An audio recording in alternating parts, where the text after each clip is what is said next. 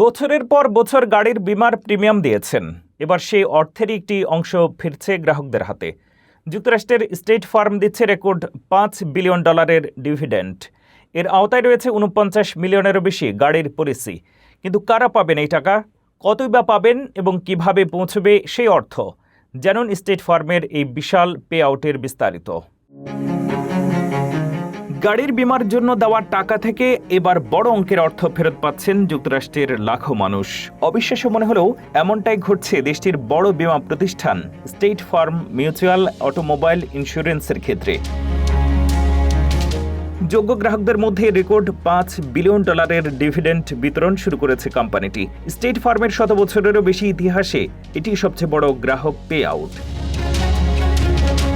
ইতিমধ্যে লাখো গ্রাহক টাকা পেয়ে গেছেন, তবে পুরো অর্থ বিতরণ শেষ হতে আরও কয়েক মাস সময় লাগবে, কারণ এই ডিভিডেন্ডের আওতায় রয়েছে দেশ জুড়ে 4,90,00,000-এর বেশি স্টেট ফার্ম মিউচুয়ালের বিমাকৃত গাড়ি।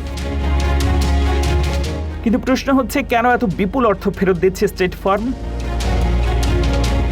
এর পেছনে রয়েছে কোম্পানির প্রত্যাশার চেয়ে ভালো ব্যবসায়িক ফলাফল। স্টেট ফার্ম জানিয়েছে 2025 সালে তাদের আন্ডাররাইটিং পারফরম্যান্স প্রত্যাশার চেয়ে শক্তিশালী ছিল।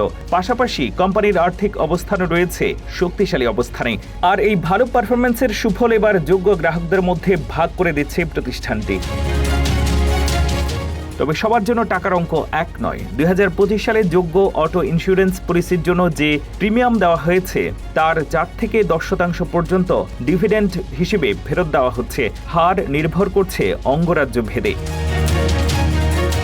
2025 সালে সক্রিয় ব্যক্তিগত অটো ইন্স্যুরেন্স পলিসি থাকা গ্রাহকরাই এই অর্থ পাওয়ার যোগ্য। যোগ্য গ্রাহকদের ইমেইল ও ডাকযোগে জানানো হবে। ইমেইল থাকলে অর্থ গ্রহণের পদ্ধতি বেছে নেওয়ার সুযোগ থাকবে, আর ইমেইল না থাকলে ডাকযোগে পাঠানো হবে চেক।